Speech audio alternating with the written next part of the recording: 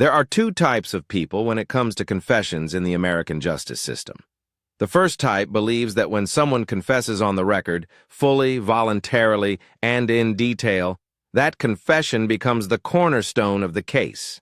Justice moves forward. Truth wins. The second type knows something darker. They know that some confessions never see a courtroom. Some confessions get buried so deep that even the defendant's own attorney isn't allowed to read the full transcript. Which one are you? Because what I'm about to show you will permanently change how you see every verdict you've ever trusted. In 1994, a man named Henry Lee McCollum sat in a North Carolina interrogation room and gave investigators exactly what they asked for: a full confession, detailed, signed, and for the next 2 decades, that very document was used to keep him on death row, while the parts that proved his innocence were legally sealed from public view. He confessed, fully, on record, and the court made sure no one ever found out why it was buried. Stay with me, because by the end of this, you're going to understand exactly how that happens, and why it's still happening right now. Here's what most people get wrong when they try to understand cases like this. They assume the system failed accidentally. They watch the documentary, they shake their heads, they say, "What a tragedy," and then they move on. That's the wrong lens entirely. Because when you look at Henry Lee McCollum's case, or the Central Park Five in 1989, or Brendan Dassey, whose interrogation you probably watched on Making a Murderer, the pattern is not accidental. It is structural. Most true crime coverage focuses on the dramatic moment, the arrest, the trial, the verdict. But almost nobody talks about what happens before the camera turns on. Inside suppression hearings.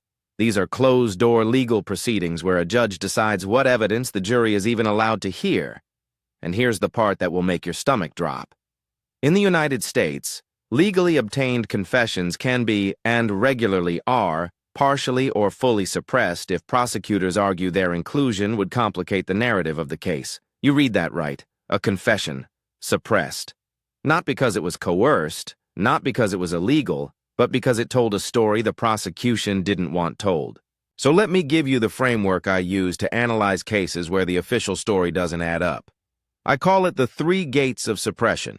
Think of the justice system as a pipeline. Evidence flows in one end, verdict comes out the other.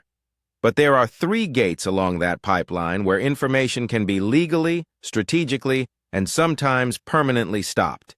Gate 1 is the interrogation room. Gate 2 is the suppression hearing. Gate 3 is the appeals process. Every major wrongful conviction case you've ever heard of, every single one, involved at least one of these gates being exploited. Henry Lee McCollum's case involved all 3, and once you see how each gate works, you will never watch a true crime story the same way again. You'll start asking different questions. Not did they do it, but what were we never allowed to know? Let's walk through each gate, and I promise you, by Gate 3, something is going to click that changes everything. Gate 1 is where the confession itself is manufactured or manipulated, and it starts long before anyone writes anything down. In 1994, Henry Lee McCollum was 19 years old with a documented intellectual disability. He was interrogated for over 3 hours without an attorney present. The detectives used a technique called the Reed technique, a psychologically aggressive interrogation method developed in the 1950s that has since been linked to hundreds of false confessions. Here's how it works. You isolate the suspect. You tell them repeatedly that the evidence against them is overwhelming, even if it isn't. You offer them a psychological off-ramp. If you just tell us your version, it'll go easier for you. And for a terrified 19-year-old with the cognitive capacity of a child, he confessed. But here's what the public record showed for 20 years versus what was in the sealed portion of that transcript. The sealed section contained Henry describing details that directly contradicted the physical evidence. Details that pointed toward a different perpetrator entirely. That sealed section sat in a filing cabinet in Robeson County, North Carolina for 2 decades. Gate 1 isn't just about getting a confession. It's about getting a confession you can control and burying the parts you can't. Now we get to the mechanism most people have never heard of, and this is the one that keeps me up at night. A suppression hearing is a pre-trial legal proceeding where attorneys argue about what evidence is admissible. They happen behind closed doors. No jury, no public gallery, no cameras. In theory, they exist to protect defendants from illegally obtained evidence being used against them. In practice, they are also used by prosecution teams to surgically remove evidence that weakens their case before the jury ever sees it.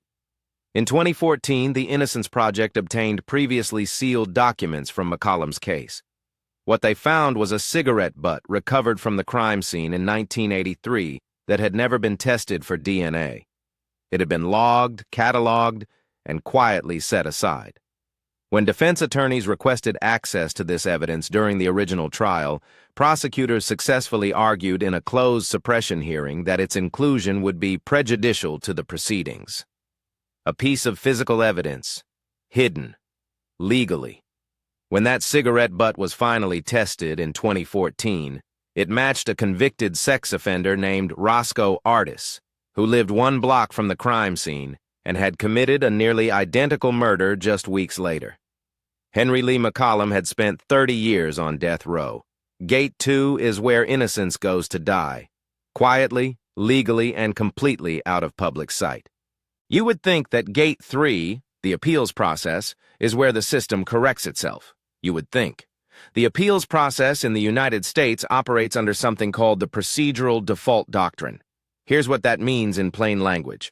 If your attorney failed to raise an issue at trial, even if that issue proves your innocence, you may be permanently barred from raising it on appeal. The court's reasoning is that legal proceedings must have finality. Finality. That word. Think about what it actually means in this context. It means the system values its own efficiency over your life. In McCollum's case, multiple appeals were filed between 1984 and 2010. In each instance, the sealed interrogation transcript, the one containing the contradictory details, was cited by the state as protected material under prosecutorial privilege. His attorneys weren't even allowed to read the full document they were trying to challenge. This is Gate 3. It's not a gate that opens for justice. It's a gate that locks. And it locks with legal language so dense and procedurally complex that most people never even realized the door was there in the first place. Henry Lee McCollum was exonerated on September 2, 2014. He was 50 years old. He had spent more than half his life on death row for a... Now here's where the 3 gates stop being 3 separate problems and reveal themselves as one coordinated system. Gate 1 produces a confession that contains both usable and damaging information. Gate 2 legally seals the damaging portions before trial. Gate 3 ensures that sealed information can never be effectively challenged on appeal. Remove any one of those 3 gates, and Henry Lee McCollum walks free in 1984. All 3 gates have to function together, and the devastating truth is, they do, regularly. The National Registry of Exonerations has documented over 3,200 wrongful convictions in the United States since 1989. In cases involving false confessions, which account for roughly 29% of DNA exonerations according to the Innocence Project, suppressed evidence was a contributing factor in the majority of reviewed cases. This is not a bug. It is, in many documented instances, a feature. Now, and this is where I want to slow down because this matters, understanding this system is the difference between being outraged and being informed.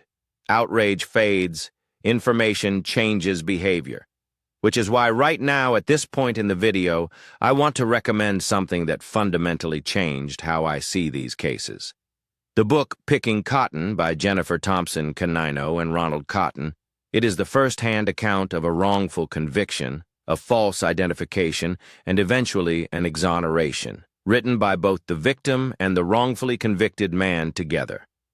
If you want to understand how evidence gets manipulated, suppressed, and reconstructed, this book is the clearest window into that process I've ever read. The link is in the description. Reading it will make you a smarter consumer of every true crime story you ever encounter. Let me tell you the 3 mistakes I see people make constantly when they encounter cases like this, because these mistakes are exactly what keeps the system invisible. Mistake number 1, trusting the confession as the end of the story. A confession is the beginning of an investigation, not the conclusion. The moment you hear he confessed, your next question should be, what were the conditions? Who was in the room? And is there a full unredacted transcript? Mistake number 2, assuming suppression hearings are only used to protect defendants. This is the myth the system wants you to believe. Suppression hearings are a double-edged legal tool, and in high-profile cases with political pressure to close quickly, they are frequently weaponized by prosecution teams. Mistake number 3, and this one is the most dangerous, believing that exoneration means the system worked. Henry Lee McCollum's exoneration is not a success story. It is evidence of a 30-year catastrophic failure So let me close the loop I opened at the very beginning. There are 2 types of people when it comes to confessions in the American justice system. When you started this video, you may have been the first type, someone who sees a signed confession and believes the story is over. You're not that person anymore. Now you see the 3 gates. You know that Gate 1 can produce a confession designed to be selectively used. You know that Gate 2 can legally remove the parts that tell the truth. And you know that Gate 3 can lock those parts away forever, dressed in the language of legal finality.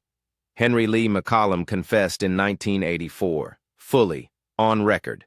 And the parts of that confession that could have saved him were buried in a sealed filing cabinet in North Carolina for 30 years. If you want to go deeper on exactly how wrongful convictions are constructed and sometimes dismantled, the link to Picking Cotton is in the description below. It will permanently change how you read these cases. And if this video made you see something you hadn't seen before, share it with one person who still believes the first version of this story. They need to see this. Subscribe for more cases the mainstream doesn't cover the way they should be covered. Disclaimer. This video discusses real events for educational purposes. All persons are presumed innocent until proven guilty in a court of law. The case of Henry Lee McCollum is drawn from public court records and documented Innocence Project findings.